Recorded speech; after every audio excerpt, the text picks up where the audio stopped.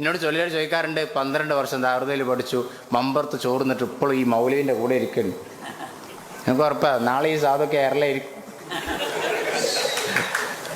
ചൊവ്വയിലത്ത് നമുക്ക് ഒന്നിച്ച് യാത്ര ചെയ്യാം, അത് വളരെ സുഖം. എനിക്ക് ഫ്രീ ടിക്കറ്റ് ഇടയ്ക്കിടയ്ക്ക് കിട്ടാറുണ്ട്. എന്നോട് ഇങ്ങോട്ട് പോരുമ്പോൾ ചിലർ ഈ പരിപാടിയെ കുറിച്ച് ചോദിച്ചപ്പോൾ ഞാൻ പറഞ്ഞു ഒന്നുകൂടെ വഹാബിയാവും. ഞാൻ അങ്ങോട്ട് വന്നപ്പോൾ ഞാൻ പറയും.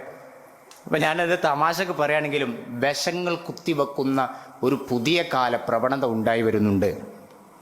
നമ്മൾ അങ്ങനെയല്ല, നമ്മൾ ഒരുമിച്ചെന്നാൽ യുക്തിയില്ലാത്തൊരു സമൂഹം. സുന്നി എന്ന് പറയുന്നത് അതിതീവ്രമായിട്ട് കുത്തിവെക്കപ്പെടുന്നു. മുജാഹിദ് എന്ന് പറഞ്ഞാൽ അതിതീവ്രമായി വരുന്നു. ഒരുമിച്ച് നിൽക്കാൻ തയ്യാറാകാത്ത കോലത്തെ നമ്മൾ വിഘടിച്ചു പോകുന്നു. നാട്ടിങ്ങിനോട് ഒരു തവണ ചോദിച്ചത്, നിങ്ങൾ എന്ത് സുന്നിയാണ്? APക്കാരാണ് സുന്നികൾ. കാരണം ഓല് നൂറുൽ ഹുദ സുന്നി മദ്രസ, ഒരു സുന്നി ഉണ്ടാവും.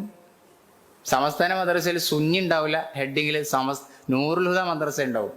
അത് നാട്ടിക പറഞ്ഞു. അതുകൊണ്ടാണ്, അതാണ് എനിക്ക് 110ൻ്റെ എല്ലാ വിഭാഗങ്ങളോടും പറയാനുള്ളത്. നാട്ടിക പറഞ്ഞു, ലേബർ റൂമിൻ്റെ മുന്നിൽ സ്ത്രീകൾക്കൊന്ന് ബ്രാക്കറ്റ് ഇടാറില്ല എന്നാണ്. ആ കണ്ടാ തോന്നണം പ്രസവിക്കാനുള്ള സ്ഥലം. അവിടെ പിന്നെ സുന്നി എന്ന് വെച്ചിട്ട് LCDൻ്റെ ആവശ്യമില്ല.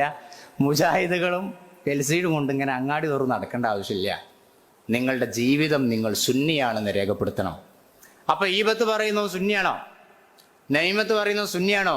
നമ്മൾ സ്വയം ഇരുന്ന് ആലോചിക്കൂ.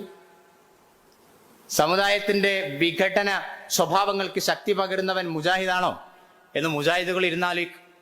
അല്ല എന്ന് മറുപടി ഉണ്ടെങ്കിൽ വരൂ, മർഹബ, നമുക്ക് ഈ സൊഫിൽ ഒരുമിച്ച് തോളോട് തോൾ ചേർന്ന് നിൽക്കാം.